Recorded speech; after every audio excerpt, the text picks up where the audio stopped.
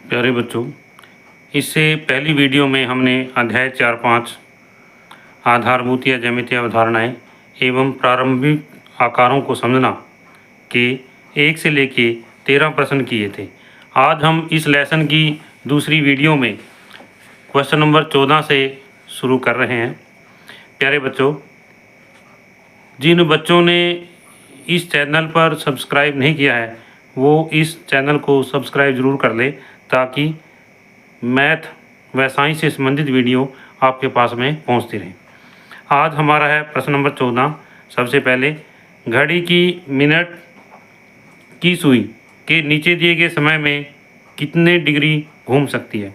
जैसा कि हम देखते हैं कि मिनट की सुई जो है 360 डिग्री घूमती है और एक बार एक पूरा चक्कर लगाने में 60 मिनट लेती है। तो कहने का मकसद क्या है कि 1 मिनट में वो 6 डिग्री चलती है। अब यहाँ से हम देखते हैं कि 1 घंटे में 360 डिग्री चलेगी, 30 मिनट में 180 डिग्री चलेगी, 15 मिनट में 90 डिग्री, 45 मिनट में 270 डिग्री, 1 मिनट में 6 डिग्री और 2 घंटे में 720 डिग्री। इसमें हम जैसे 30 मिनट है, 15 मिनट है, 45 मिनट है, तो हम 6 से मल्टीप्लाई करके गुणा करके ये हम सब निकाल सकते हैं। अगला है गतिविधि 2। एक वृत्ताकार पेपर प्लेट को 2 बराबर आधा आधा भाग मोड़कर उसका केंद्र ज्ञात कीजिए व उस पर निशान लगाइए। तो इसमें ये वृत्ताकार पेपर है, हम इसको आधा मोड़ लिया तो इस तरह से जो इस पर निशान लग जाते हैं। तो प्लेट पर 180 डिग्री, 90 डिग्री व 45 डिग्री के कोण बनाकर काटिए। प्रत्येक टुकड़े पर उसको इसकी माप लिखिए। अब जैसे कि ये कोण है, यहाँ पर ये पूरा कोण है, ये 180 डिग्री का है। अब इसको एक बार और मोड़ देते हैं तो ये 90 डिग्री कोण आ जाते हैं। अब जब ये 90 डिग्री कोण आ जाते हैं तो एक बार दोबारा फिर मोड़ते हैं इसको, फिर ये 45 डिग्री का कोण आ जाता है। अपने एक साथी से पेपर पर कोई भी कोण बनाने के लिए कहिए। अपने दूसरे साथी से पेपर प्लेट के काटे गए टुकड़े की सहायता से इस कोण की माप का अनुमान लगाने के लिए कहिए। इस प्रकार अलग अलग कई कोण बनाइए और उनका माप भी अनुमान कीजिए। हम जो कोण बनाते हैं हम उनको डी की सहायता से भी माप सकते हैं। अब जैसे कोण ये बन गया BAC है और या ABC है, जो भी इसका नाम हमने दिया है इसको हम डी की सहायता से मापते हैं। नीचे दिए गए कोणों की माप का अनुमान भी उपयुक्त विधि का उपयोग करते हुए लगाइए और उनको भी बनाइए। अब इसमें क्या कहता है कि जैसे मान लीजिए ये कोण है, हमने डी के द्वारा मापते हैं तो 135 डिग्री का आता है। ये हमारी डी है और इसको हम इस प्रकार से रखते हैं यहाँ पर ऐसे, और इस तरह से हम इसका कोण जो है माप लेते हैं इस तरह से। तो प्यारे बच्चों, इसी तरह से ये भी कोण है, हम इसको माप सकते हैं यहाँ डी रख करके। और जो हमारा कोण है ये 75 डिग्री का आता है। जो कोण 90 डिग्री से अधिक का होता है इसको अधिक कोण कहते हैं, और जो कोण 90 डिग्री से कम का होता है इसको न्यून कोण कहते हैं। अब इसी तरह से हमने दूसरे कोण लिए इसमें, जैसे मान लीजिए 70 डिग्री का कोण बनता है, इसको न्यून कोण है, ये प्रतिवर्ती कोण है, ये जो है 180 डिग्री से ज़्यादा का बनता है। नीचे दिए गए चित्रों की में किरणों के बीच दर्शाए गए कोण की माप व प्रकार लिखिए। अब जैसा कि हमने ये देखा है यहाँ पर कोण, ये कोण है, ये कोण 90 डिग्री से ज़्यादा का है और यहाँ पर आ रहा है इसमें, यहाँ पर ये 180 डिग्री 150 डिग्री कितना 150 डिग्री यहाँ पर। तो कोण AOB 150 डिग्री है, इसको हम अधिक कोण कहेंगे। अब इसी तरह से कोण PQR है, PQR क्या है, यहाँ से PQR इधर से देखते हैं हम, तो इधर से ये कोण जो है कितना बनता है 50 डिग्री का बनता है और ये न्यून कोण है। कौन सा कोण है? न्यून कोण। अब इसी तरह से कोण XYZ 70 डिग्री है, ये भी एक न्यून कोण है। कोण EFG 80 डिग्री है, ये भी एक क्या है न्यून कोण है। यहाँ पर ये कोण LMN है, ये 40 डिग्री का है, यहाँ से इसको माप रहे हैं नीचे की तरफ, तो इस प्रकार ये भी एक न्यून कोण है। इसके बाद में कोण ABC है, ये 140 डिग्री है और ये अधिक कोण है। प्यारे बच्चों, जो कोण 90 डिग्री से अधिक का होता है वो अधिक कोण कहलाता है, और जो कोण 90 डिग्री से कम का होता है वो न्यून कोण कहलाता है। अगला है प्रश्न नंबर 17। नीचे दिए गए चित्र में चांदे को पढ़कर कोण की माप लिखिए। यह भी बताइए कि आपने किस मान को पढ़ा, ऊपर अंकित मान को या नीचे अंकित मान को। अब कोण ABC है तो इसमें कोण 20 डिग्री का है, हमने कौन सा पढ़ा है ऊपर अंकित मान को। जैसे ही मान लीजिए यहाँ पर है कोई भी है, जैसे मान लीजिए ये लाइन है, इधर से हम देखते हैं तो कोण इधर ऐसे जाता है, तो इसमें हम ऊपर अंकित मान को पढ़ते हैं, ठीक है ना। और जब इधर से देखते हैं तो ये कोण मापते तो नीचे अंकित मान को। इस प्रकार चंदे की सहायता से मापकर कोण BCA का मान भी ज्ञात कीजिए। तो ये कोण जो है हमारा 120 डिग्री आता है। अब अगला है कोण BCA को मापने के लिए आपने चंदे को किस बिंदु पर रखा और किस मान को पढ़ा? बिंदु C पर रखा। कहाँ हमने रखा? बिंदु C पर, और ऊपर वाले मान को हमने पढ़ा। इसके बाद में आगे है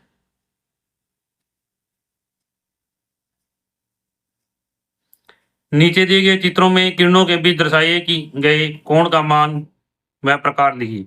अब यहाँ पर जैसे ये कोण है यहाँ पर है, तो सबसे पहले हम क्या करेंगे, अंदर वाले कोण A और B को माप लेंगे और उसको 360 डिग्री में से घटा देंगे, तो कोण का माप जो है 345 डिग्री आता है। ये एक प्रतिवर्ती कोण है, इसको कहते हैं हम प्रतिवर्ती कोण।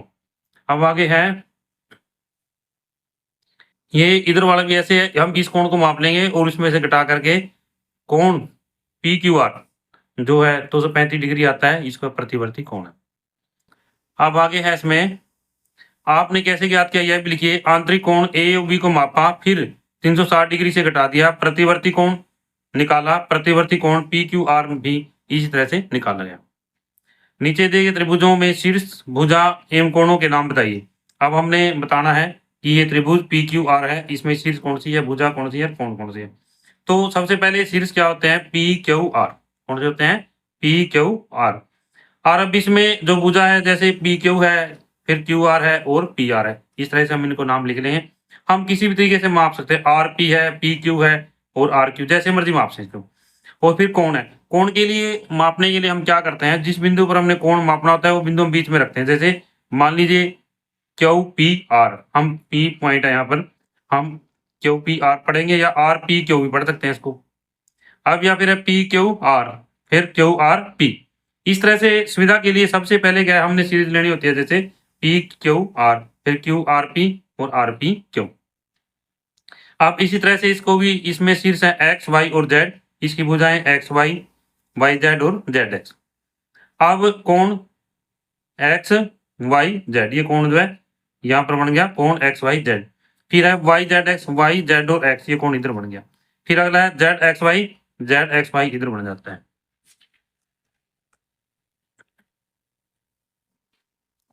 नीचे दी गई आकृतियों में से त्रिभुजाकार आकृतियों के नीचे सही का निशान लगाइए।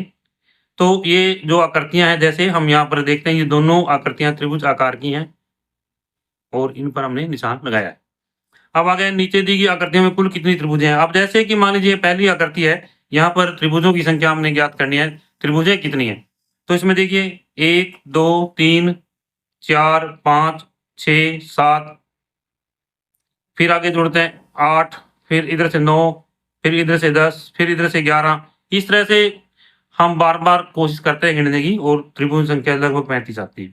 फिर अगला है इसमें त्रिभुजों की संख्या कितने, 1 2 3 और एक ये 4। माचिस की 9 तीलियों को इस तरह जमा कर दिखाइए कि 4 त्रिभुज एक जैसे त्रिभुज बन जाए। अब हमारे पास में जो माचिस है उसकी 9 तीलियां हैं हमारे पास में, जैसे कि मान लीजिए देखते हैं, एक ये दोनों त्रिभुज एक ही है, एक ही है, 1 2 3 4 5 6 7 8 9 तीलियां होगी। अब इसमें से दिए हमने एक तीली इधर लगाई, एक इधर लगाई, एक त्रिभुज बन गई। फिर इस तरह से एक इधर लगाई और इस तरह से हमारे पास में जो त्रिभुजें बन जाती हैं। अब अगला है किसी त्रिभुज के दो कोण पूरक हों तो तीसरा कोण ज्ञात कीजिए। तो सबसे पहले हमें ये पता होना चाहिए कि पूरक कोण क्या है, जो 90 डिग्री के बनते हैं। तो जैसे मान लीजिए तीसरा कोण है 180 में से 90 गया तो 90 डिग्री आ गया। त्रिभुज के तीनों कोणों का योग कितना होता है, 180 डिग्री होता है। अब A जमा B मान ली दो कोण 90 डिग्री के हैं, तो इसमें से 180 में से घटा दें, कोण C हमारा 90 डिग्री आ जाता है। अब अगला है यहाँ हमारे पास में दिए गए त्रिभुजों में अज्ञात कोण XPZY का मान निकालना है। हमने XPYZ का मान निकालना है। तो X है 180 माइनस 40। जैसे मान लीजिए कोण X है, अब क्या है, जैसे मान लीजिए एक रेखा है हमारे पास में, इस पर एक अन्य रेखा खड़ी है, तो इस प्रकार जो दोनों कोण बनते हैं, दोनों कोणों का योग 180 डिग्री होता है। कितना होता है, 180 डिग्री होता है। अब मान लीजिए एक रेखा है, इसके ऊपर एक अन्य रेखा खड़ी है, तो इस प्रकार इस कोण का योग और इस कोण का योग, दोनों कोणों का योग कितना होगा, 180 डिग्री होगा। अब मान लीजिए 40 डिग्री तो हमारे पास में दिया गया यहाँ पर, तो 180 में से 40 डिग्री या 40 डिग्री घटा देंगे तो हमारे पास में x का मान 140 डिग्री आ जाता है। अब इसी तरह से मान लीजिए ये इधर लेते हैं हम, यहाँ पर देखिए ये रेखा है, ये रेखा इसके ऊपर खड़ी है, तो y का और इसका कोण का मान जो है 180 डिग्री होगा। तो इस तरह से हम अलग-अलग कोण का मान ज्ञात कर सकते हैं।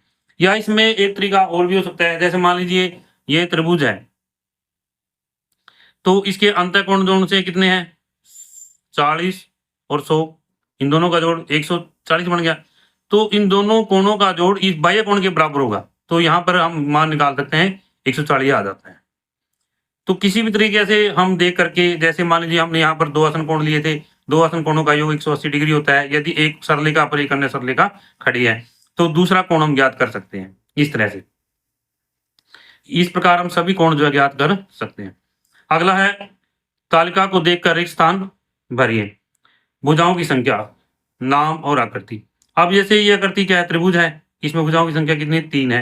ये क्या है, चतुर्भुज है, इसमें आकृति कितनी है, भुजाओं की संख्या कितनी है 4 है। ये पंचभुज है, यहाँ पर पंचभुज है, इसमें 5 भुजाएं, हमने आकृति बना ली पंचभुज। ये षटभुज है, इसकी भुजाएं कितनी है 6 है। ये हमारे पास में दी अष्टभुज है और इसकी संख्या क्या है 8, भुजाओं की संख्या कितनी है 8 है। अब आगे है इसमें निम्न त्रिभुजों में भुजाओं के कोणों को योग अलग अलग नाप कर तालिका में लिखिए। भुजा एक कोणों के आधार पर निम्न त्रिभुजों के प्रकार भी बताइए। अब इसमें जैसे मान लीजिए ये त्रिभुज दी गई है, इसमें दोनों भुजाएं इसकी बराबर हैं, ये तीनों भुजाएं बराबर हैं, 3 सेंटीमीटर 3 सेंटीमीटर 3 सेंटीमीटर, तीनों कोण बराबर है 60-60 की। तो ये समबाहु त्रिभुज बन जाती है। क्या बन जाती है, समबाहु त्रिभुज बन जाती है। और न्यून कोण त्रिभुज भी है, क्योंकि इसका प्रत्येक कोण न्यून कोण है। अब अगली है इसमें, यहाँ पर ये 2.3 है, ये 2.3 है, ये 4 है सेंटीमीटर है। तो इन दोनों में क्या है हमारे पास में, तो ये अधिक कोण है, 90 डिग्री से कोण दिखा रहा है ज्यादा, तो अधिक कोण सम होगी और ये समद्विबाहु त्रिभुज होगी। इस तरह से ये क्या है, अलग अलग हैं, ये विषमबाहु त्रिभुज होगी और सभी कोण जो है इसके, इसमें ये अधिक कोण दिखाया गया यहाँ पर, ये अधिक कोण त्रिभुज। इस तरह से आगे जैसे मान लीजिए ये चित्र 5 है, यहाँ पर ये 90 डिग्री का कोण दिखा रहा है यहाँ पर, तो यहाँ पर ये मान लीजिए समकोण त्रिभुज होगी और विषमबाहु त्रिभुज है। इस तरह से सभी त्रिभुज हैं, हम उनका नाम जो है निकाल सकते हैं। प्यारे बच्चों, यदि आपको यह वीडियो अच्छी लगे तो आप इस वीडियो को लाइक जरूर करना, और जो बच्चे इस चैनल पर नए हैं वो इस चैनल को सब्सक्राइब जरूर करें।